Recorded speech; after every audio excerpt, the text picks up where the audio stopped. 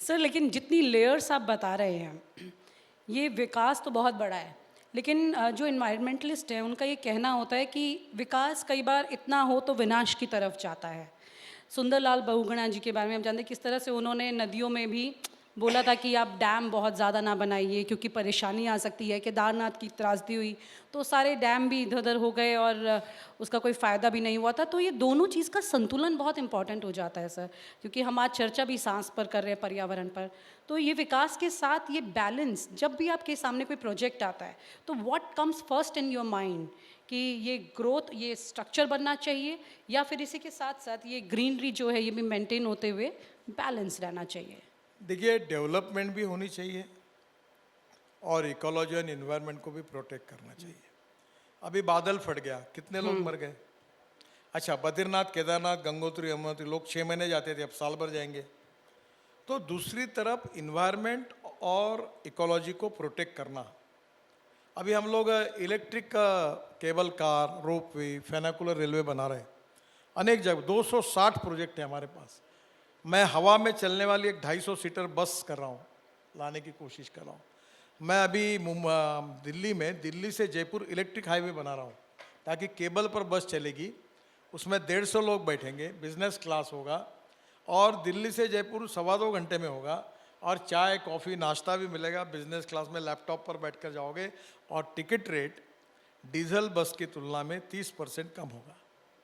तो नेचुरली लोगों का भी फायदा होगा, पर्यावरण के लिए प्रदूषण भी कम होगा।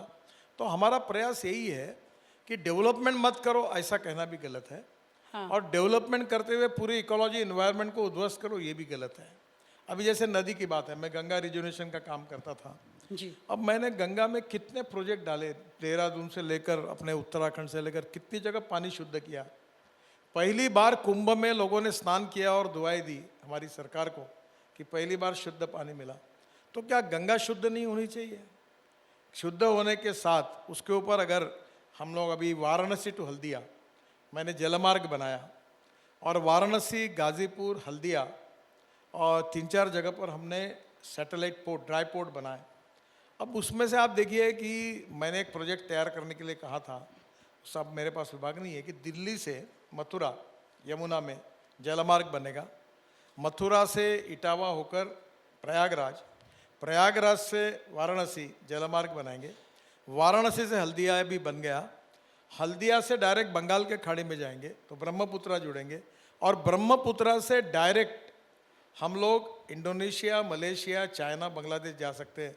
और आपको बताता हूँ, बांग्लादेश के प्रधानमंत्री जी की रिक्वेस्ट पर मैंने बांग्लादेश में घुस के 250 किलोमीटर ब्रह्मपुत्रा में ड्रेजिंग कर दिया और जलमार्ग बनाया।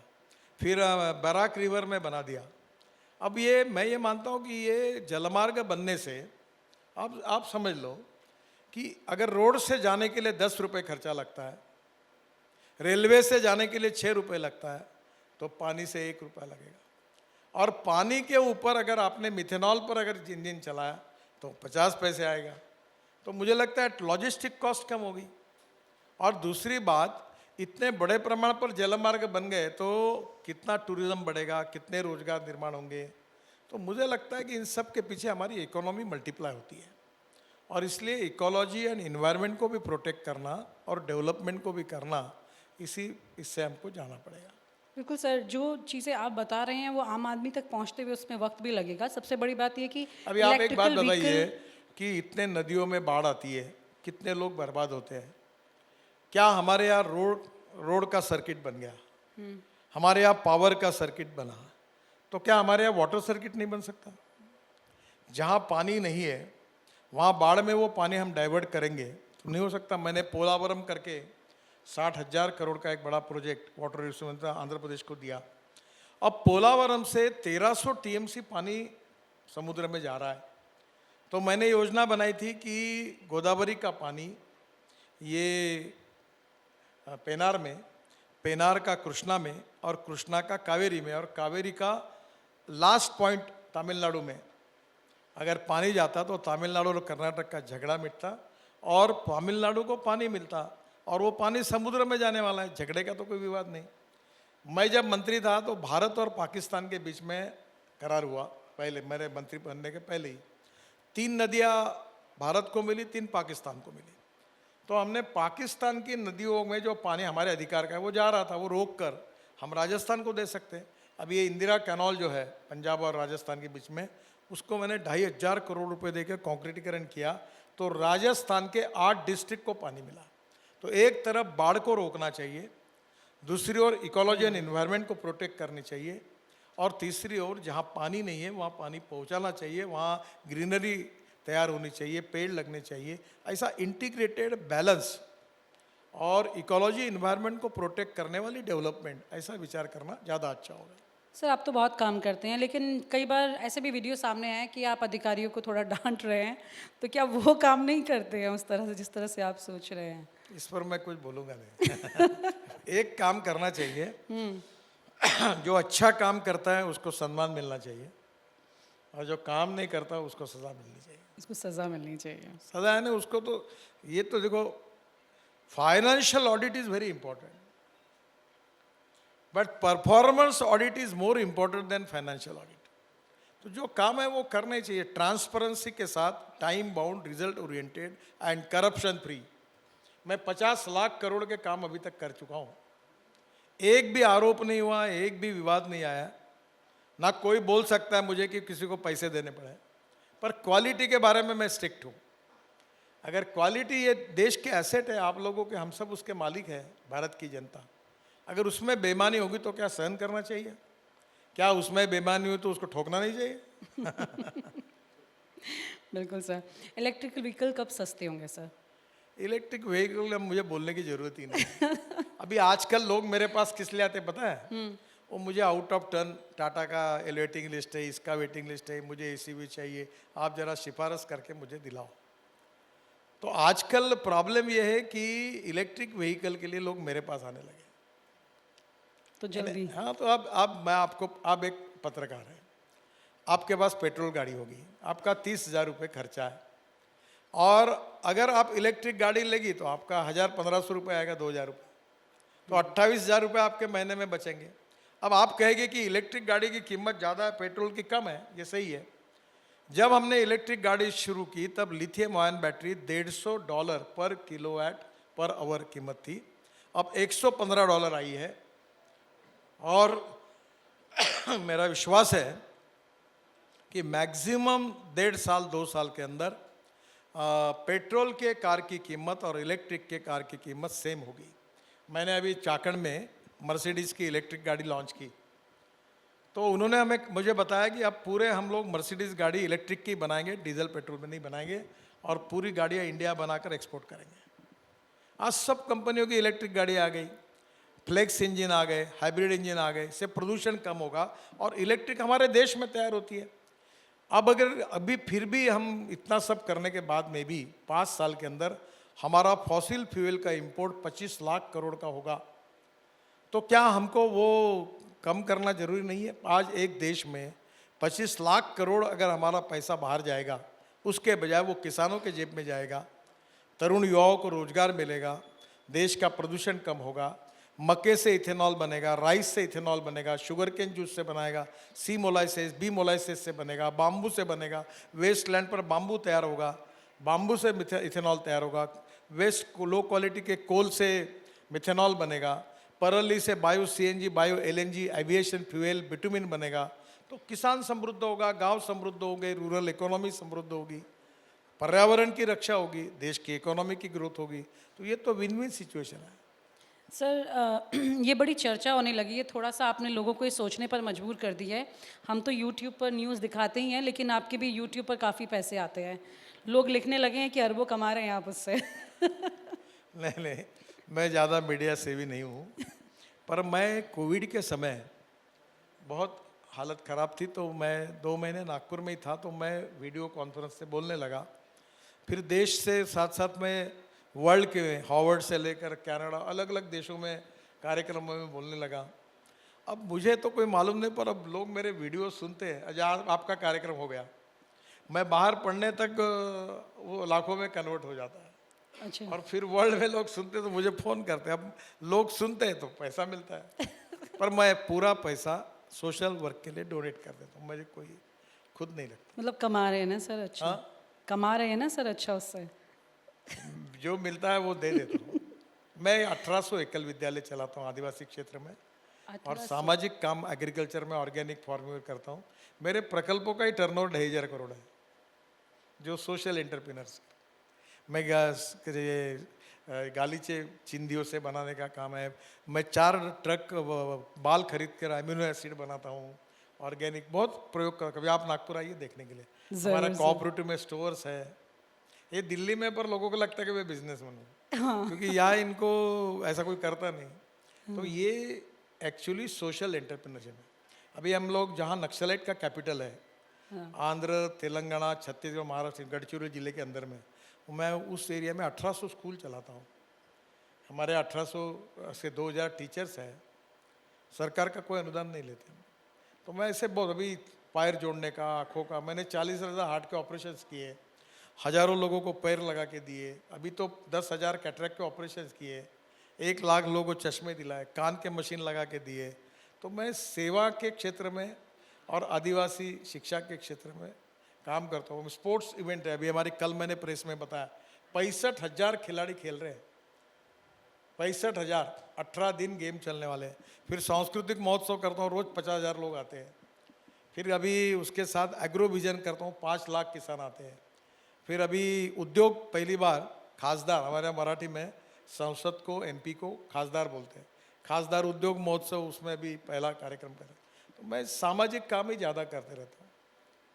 सर कभी आप ईगो सर्फिंग करते हैं? जनरली लोग देखते हैं कि मुझे कितने लोग देख रहे हैं, मुझे कितने लोग मेरे व्यूज़ आए हैं, क्या मेरे बारे में सर्च कर रहे हैं। पर्सनालिटी होने के बाद में आपको सर एक ऐसा होता है ना? सच बताओ क्या, मैं एक कभी नहीं करता। मैं पोस्टर लगाता नहीं, मैं कोई अपना कटआउट लगाता नहीं, मेरा कोई PR नहीं, मुझे कोई लेना देना नहीं। तुमको लेना है तो मेरा इंटरव्यू लो, नहीं लेना है तो मत लो। कर्मण्य वा अधिकारे से वहाँ फलेषु कदाचन। और आप रियली, मैं पॉलिटिकल लाइफ, लेकिन सर पॉलिटिकल लाइफ में तो सब पोस्टर लगा के काम करते हैं ना नहीं, आजकल। मैं कटआउट नहीं लगाता, अपने भी नहीं लगाता, दूसरे के भी नहीं लगाता, कुछ नहीं करता। हाँ, काम करते रहता हूँ। और मैं लोगों को बोलता हूँ, आपको अच्छा लगे तो वोट दो, नहीं तो नहीं दो, दूसरे को दो। तो सर इसका मतलब ये सही कहा जा रहा है कि जितने भी इस सरकार के मंत्री हैं, सबसे टॉप पे नितिन जी की ही मंत्रालय एक्टिव रहता है, वही काम कर रहे हैं, बाकी सब चुनाव में बिजी हो जाते हैं। मैं टॉप पर वगैरह नहीं हूँ, और ना मैं कभी ऐसी बात भी करूँगा। मैं ये मानता हूँ कि politics is the instrument of socio economic reform. और मुझे जो अवसर मिला है वो गांव, गरीब, मजदूर, किसान का भला करने का अवसर मिला है, कुछ देश के लिए करने का मौका मिला है। मैं कोई साधु सन्यासी नहीं हूँ, मेरा घर परिवार है, मेरे भी रोजी रोटी के 10 काम भी है, पर मैं चाहता हूँ कि मैं देश के लिए कुछ करूँ। मैं काम करता हूँ, मैंने अच्छा किया कि बुरा किया, कितना किया, कैसा किया, उसका हिसाब लगाने की जिम्मेदारी आपके ऊपर दे दी मैंने, आप लोग तय करें। सर एक सवाल है, आपकी पार्टी में ही एक सीमा बनाई गई है, उम्र की सीमा। तो अब क्या होता है कि उम्र की सीमा अभी तो आपकी बहुत मतलब दूर है, वो 75 साल, लेकिन कई ऐसे नाम हैं जिनके 75 साल अब होने वाले हैं। तो आप इसमें विश्वास करते हैं कि 75 के बाद मार्गदर्शक मंडल में जाना ही चाहिए?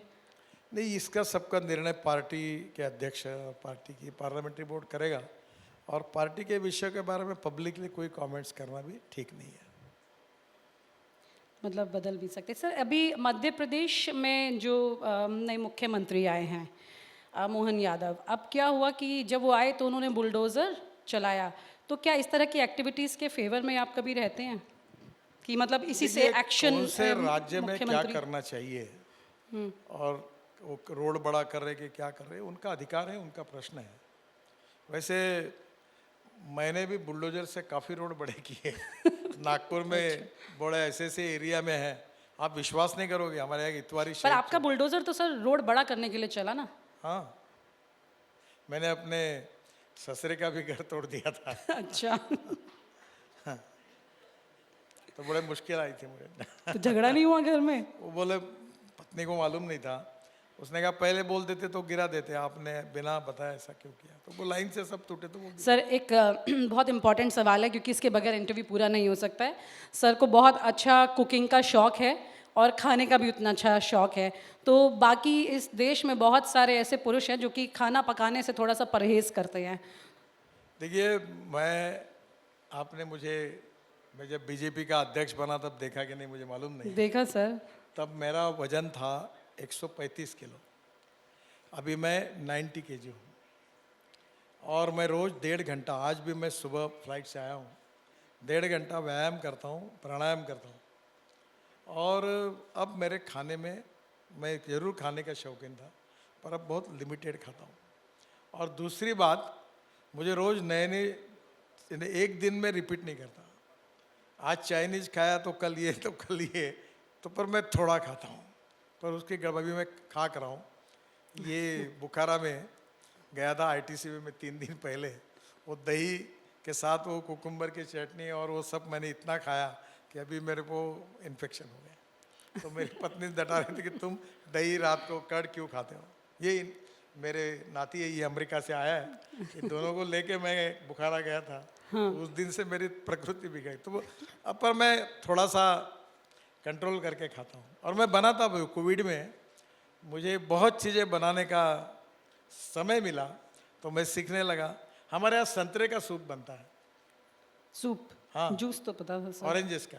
अच्छा। तो बहुत नई नई चीज़ें, मैं 4-5 शेफ है, सब प्रकार की चीज़ें कभी मैं भी बनाता हूँ, वो भी बनाता हूँ, तो शौकीन हूँ बनाने। और आपको शादी की सालगिरह मुबारक हो। आज सर की शादी की सालगिरह भी है। बहुत बहुत मुबारक हो सर आपको। Thank you so much. आप न्यूज़ नशा के मंच पर आए, आपने अपना वक्त दिया। Thank you so much sir. एक बात बताने के लिए भूल गया कि हमने नेशनल हाईवे में बाम्बू का क्रैश बैरियर बनाया और वो स्टील की तुलना में इंदौर के इंस्टीट्यूट ने सर्टिफाई किया। अब हम देश भर में क्रैश बैरियर बाम्बू के बना रहे हैं। तो जो हमने इनिशिएटिव लिए जो इको फ्रेंडली है, कचरा डाला, बाम्बू का बनाया, स्लैग का यूज़ किया, फ्लैश का उपयोग किया, अब प्री कास्ट को ला रहे ताकि हम लोग साइट पर कुछ काम ना करें। हमने इन्फोर्समेंट कंक्रीट लाया जिससे पोल्यूशन कम होगा, रेट सस्ता होगा। तो मैं आपको अनुरोध करूंगा कि आप एक बार ज़रूर एक एक प्रयोग को जाकर अध्ययन करके देखिए और वो लोगों के सामने ले आइए, क्योंकि इकोलॉजी एंड एनवायरनमेंट प्रोटेक्ट करने के लिए अगर लोगों में हम अवेयरनेस तैयार कर सकेंगे, विश्वास पैदा कर सकेंगे, तो हमारे देश के लिए वो बहुत अच्छा होगा। बिल्कुल सर, मैं क्योंकि आपके जितने भी प्रोजेक्ट्स और उसके डिस्क्रिप्शन जानती हूँ, उसके मुताबिक सबके पीछे एक लॉजिक है और उम्मीद करते हैं कि बाकी लोग भी इसी तरह के लॉजिकल प्रोजेक्ट्स के ऊपर ही ध्यान दें। आजकल ये चर्चा होती है कि मंत्री जो हैं वो चुनाव क्षेत्र में ज़्यादा रहते हैं, अपने मंत्रालय के काम में कम, लेकिन इस पर सर कुछ? मैं दोनों जगह हूँ। Thank you so much sir. Thank you very much. Thank you so much for joining. Thank you sir.